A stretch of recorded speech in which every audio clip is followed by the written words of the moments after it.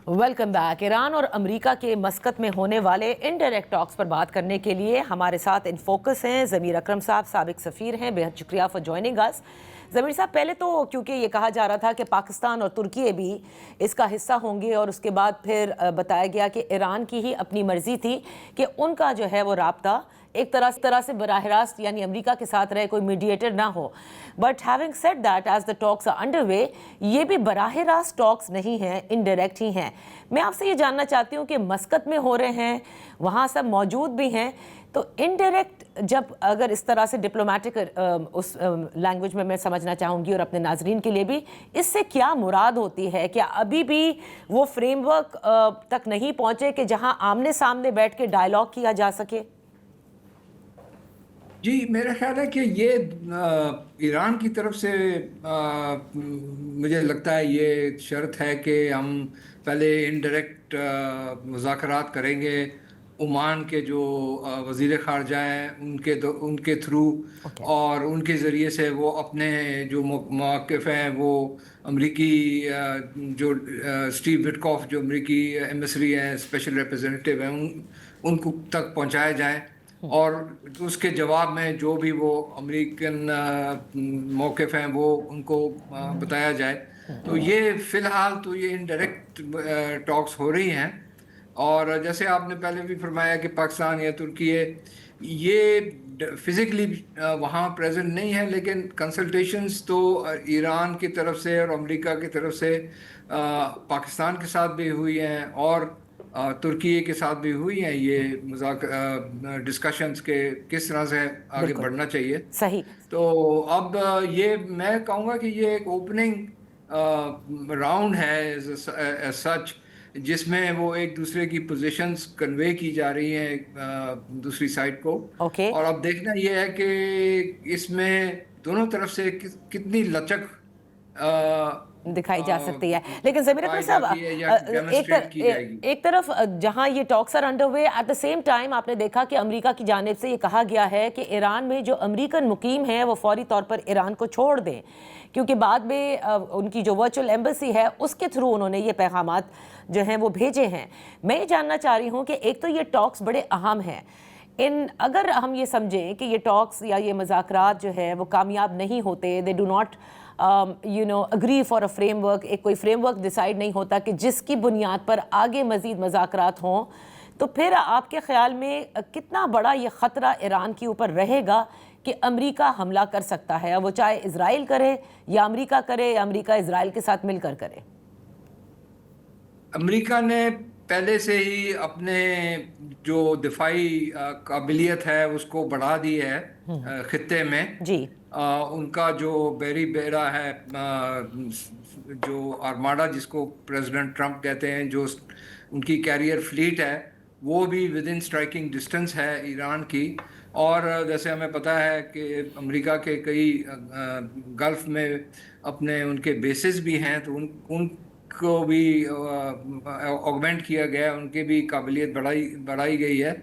ऊपर से जैसे आपने फरमाया जो अमरीकी ईरानी शहरी वहाँ हैं अमेरिका ईरान में, उनको भी कहा गया है कि वो मुड़ छोड़ दें। ये मुझे लगता है कि एक तरह से लेवरेज बढ़ाने के लिए, थ्रेटन करने के लिए कि ईरान की तरफ से कुछ ज़्यादा कंसेशंस मिल सकें, ये इसका मकसद ये है। लेकिन ख़तरा अभी भी है कि हमला हो सकता है अगर जिस तरह से प्रेसिडेंट ट्रंप ने कहा है कि अगर ईरान मुज़ाकरात के थ्रू इस मसले को हल नहीं करता तो फिर हम हमला करने के लिए तैयार हैं। अब देखना यह है कि जो मौक़िफ़ अमेरिका की तरफ से पेश किए गए हैं वो ईरान को मंजूर हैं कि नहीं, और ये बड़े सख्त हैं इन द सेंस के एक तो ये इन्होंने कहा है कि जो भी ईरान का जो एटमी प्रोग्राम है, जौहरी प्रोग्राम को फौरी बंद किया जाए।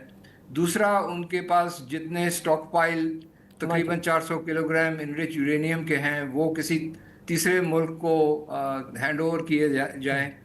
और चौथा ये कि ये जो मिसाइल्स हैं, बैलिस्टिक मिसाइल प्रोग्राम जो इनका प्रोग्राम है, वो उसकी रेंज कम की जाए। और चौथा ये है कि یا اندرونی حالات جو ہیں ایران میں، جو وہاں پر ہم نے دیکھا کہ جو رائٹس ہوئی تھے، اور اس مسئلے کو بھی حل کیا جائے۔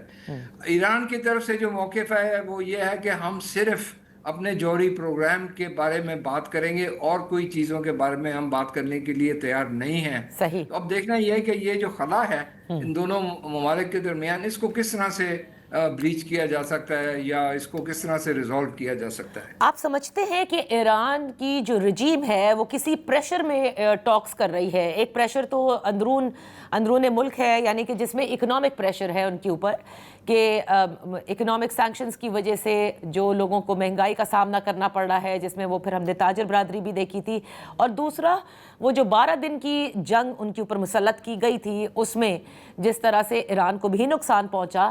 آپ سمجھتے ہیں وہ انڈر پریشر کر رہے ہیں اس وقت یہ انڈائریکٹ ٹاکس، یا ایران ایک بالکل ہی مختلف ملک ہے اور ایک الگ ہی طریقے سے وہ اس ٹاکس کو آگے لے کر چل رہا ہے؟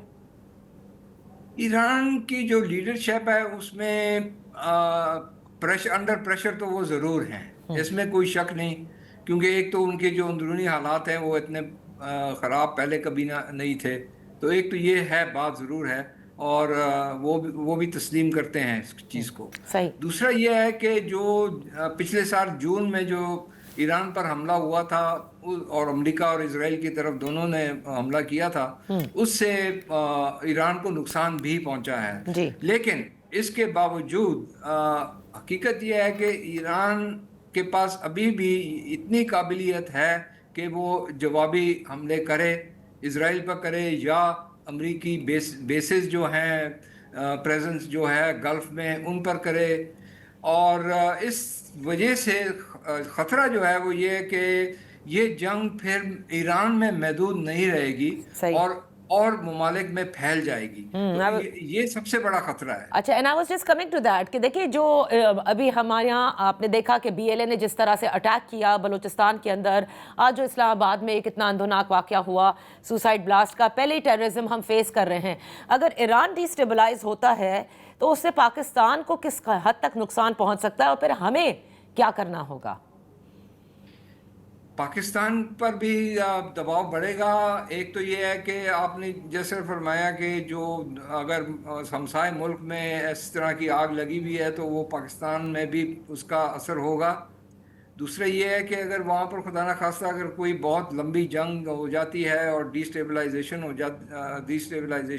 ایرانین رجیم ہو جاتی ہے، اور وہاں خانہ جنگی بھی چھڑ جاتی ہے، تو یہ بھی ہو سکتا ہے کہ پناہ گزین ایران کی طرف سے پاکستان بھی آئیں گے، دوسرے جو خطے میں ممالک ہیں، ترکی ہے، یا اکراس دا گلف دوسرے جو گلف سٹیٹس ہیں وہاں چلے جائیں لوگ۔ تو یہ ساری چیزوں کا خطرہ تو ضرور ہے، اور اسی وجہ سے پاکستان کی طرف سے جو بھی موقف ہم نے لیا ہے وہ یہی ہے کہ اس مسئلے کو امن و تسلیم سے حل کیا جائے، اور مذاکرات کے تھرو اس چیز کو حل کیا جائے، اور جنگ کا جو آپشن ہے وہ کسی کے لیے بھی، امریکہ سمیت کے فائدے میں نہیں ہے۔